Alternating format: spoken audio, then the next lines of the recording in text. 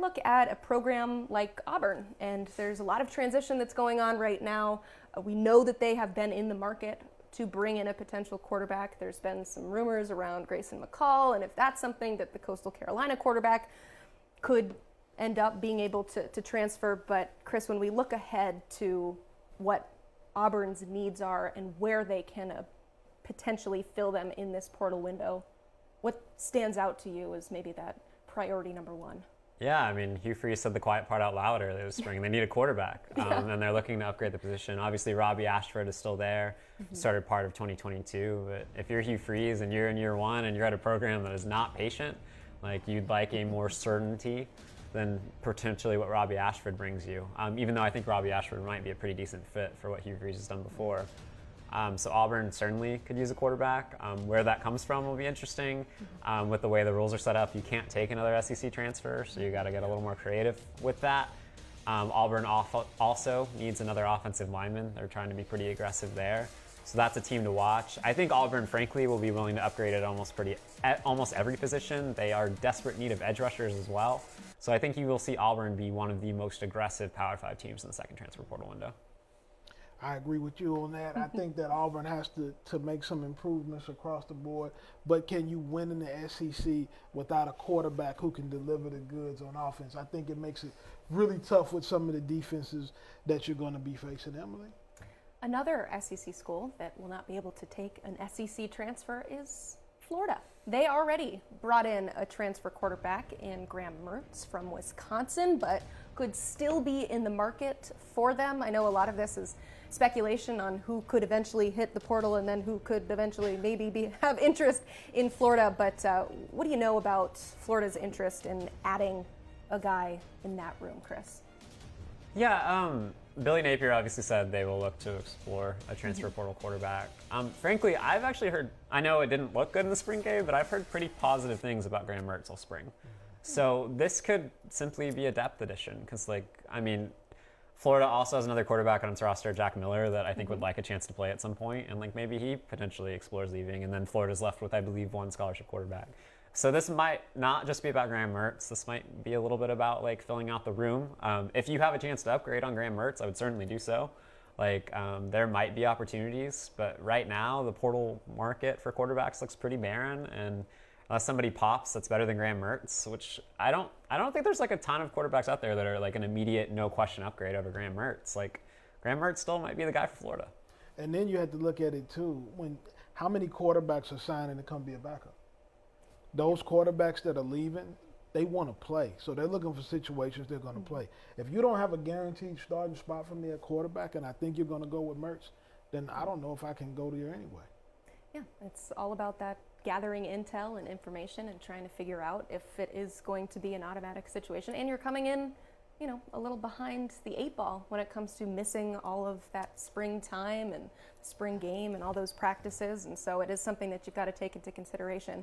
On the other end of things, Ole Miss does not have a quarterback problem. They got all the quarterbacks in the world, just stockpiling them. Lots of great talent there, bringing in a couple transfer quarterbacks. Spencer Sanders is the one that we're keeping our eye on too, because he was the last one to join the fold. So you assume that means that he feels pretty confident about his ability to win that quarterback battle, but it's not up to him. It is up to the head coach and the people and the powers that be. So when you're looking at this Ole Miss quarterback room, should we potentially keep an eye out for somebody that might hit the portal at some point when you have this plethora of talent available? I think players want to play. So I do think that they have multiple guys and they have one position. So I do think that you have to pay attention to that situation and see who wins the job versus who wants to stay, and are you willing to stay as a backup? But I think that we've known over time, and we've been shown consistently over the years, that the quarterback position is the one position where guys haven't been willing to sit on the bench and wait. If a guy in that loaded room were to hit the portal, who would it be? Frankly, I don't unless something happens. There are rules too that makes it difficult for some of these guys. Unless something happens with a waiver, I don't know if anybody can. Walker Howard can't leave. He just transferred in, obviously, and he's not going to leave. Jackson Dart's already transferred as an undergraduate, so unless he graduates, he can't leave. And I think it would take a waiver for Spencer Sanders to leave as well. Some of this stuff gets really complicated from rules, and I've frankly, like, gotten different answers from different people when I've asked about Spencer Sanders' situation particularly. Like, there's been a lot of noise around how good Jackson Dart has looked this spring, and Spencer's been battling an injury. And I think Spencer definitely went into Ole Miss with the expectation he could be the starter. I talked to him after he announced for Ole Miss, and he was very confident about it. But when you're not healthy and you're facing an incumbent starter, it's not always as easy as it might seem. Like walking into that room as a confident guy. So I don't know if Spencer Sanders can get out, and it would be a really compelling question if he tries to, because he is one of the most well-known quarterbacks in college football, and I don't want to say he's in purgatory because still in the middle of competition and things could shift. Like, we still have plenty of time to go until Ole Miss plays its first game. But I think the Ole Miss quarterback room has been as fascinating as it's been all offseason. I think it could be even more fascinating in the future, depending on how things break. Yeah, and once again, the two teams we mentioned before talking about all the quarterbacks in Ole Miss's QB room, that being Florida and Auburn in need of quarterbacks, cannot get any of the guys from this room because, once again, SEC players cannot transfer within their conference during this spring window. Talk about all the crazy rules that we got to keep track of. But speaking of Spencer Sanders, the program that he left in Oklahoma State had kind of a mass exodus earlier in the winter portal window, losing a lot of guys, but also bringing a lot in. We mentioned Caleb Etienne, another guy losing their starting left tackle entering this spring portal window. Chris, what positions of need are there still for Oklahoma State? Yeah, Oklahoma State, frankly, has done, like, I think overall, given the large quantity of losses they had, have done a pretty good job replenishing that roster. Honestly, talking to people around that program, the word's been pretty positive. I know Caleb Etienne entered the portal, and that came to a surprise for a lot of people there, but, like, I think the program's feeling pretty good. Like, it's an approachable schedule for Oklahoma State. I think if Alan Bowman works at quarterback, the former Texas Tech starter who went to Michigan, sat for 3 years and is now there, likely to start. If he works out, like, I think Oklahoma State could be pretty decent. But even like Caleb Etienne leaving, like, they have a ready-made replacement for him on their roster in Dalton Cooper, who came over from Texas State. So, like, I think, like, Oklahoma State roster-wise is in pretty decent position. You'd obviously like to add one or two more receivers after the amount they lost this offseason, but I don't think it's like the sky is falling in Stillwater right now. Carl, who's a program that you think could potentially be active in this spring window? I'll call them a buyer versus a seller. I got to go with Purdue in the Big Ten. I think that Ryan Walters has done an excellent job, number one, putting a great staff together, and number two, already addressing recruiting needs. When you're talking about getting Hudson Card as your quarterback, and that's one of the first things that you look for as a quarterback. So I think that Purdue settled their quarterback situation with getting Hudson Card.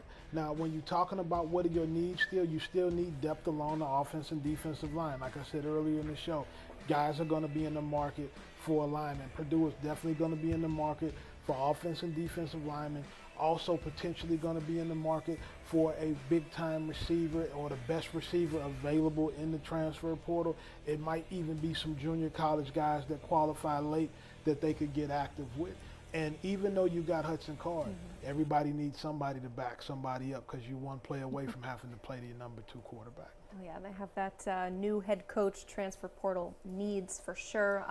Purdue, though, adding Charlie Jones, right?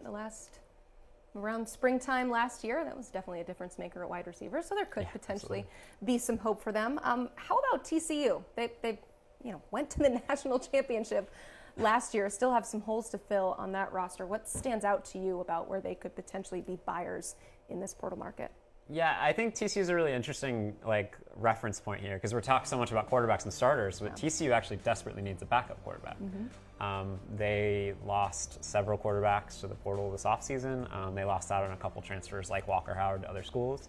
So they need somebody to back Chandler Morris up. So that's a team that needs a backup quarterback and needs somebody who's comfortable filling that role or potentially looking forward to the future and starting after Chandler Morris goes.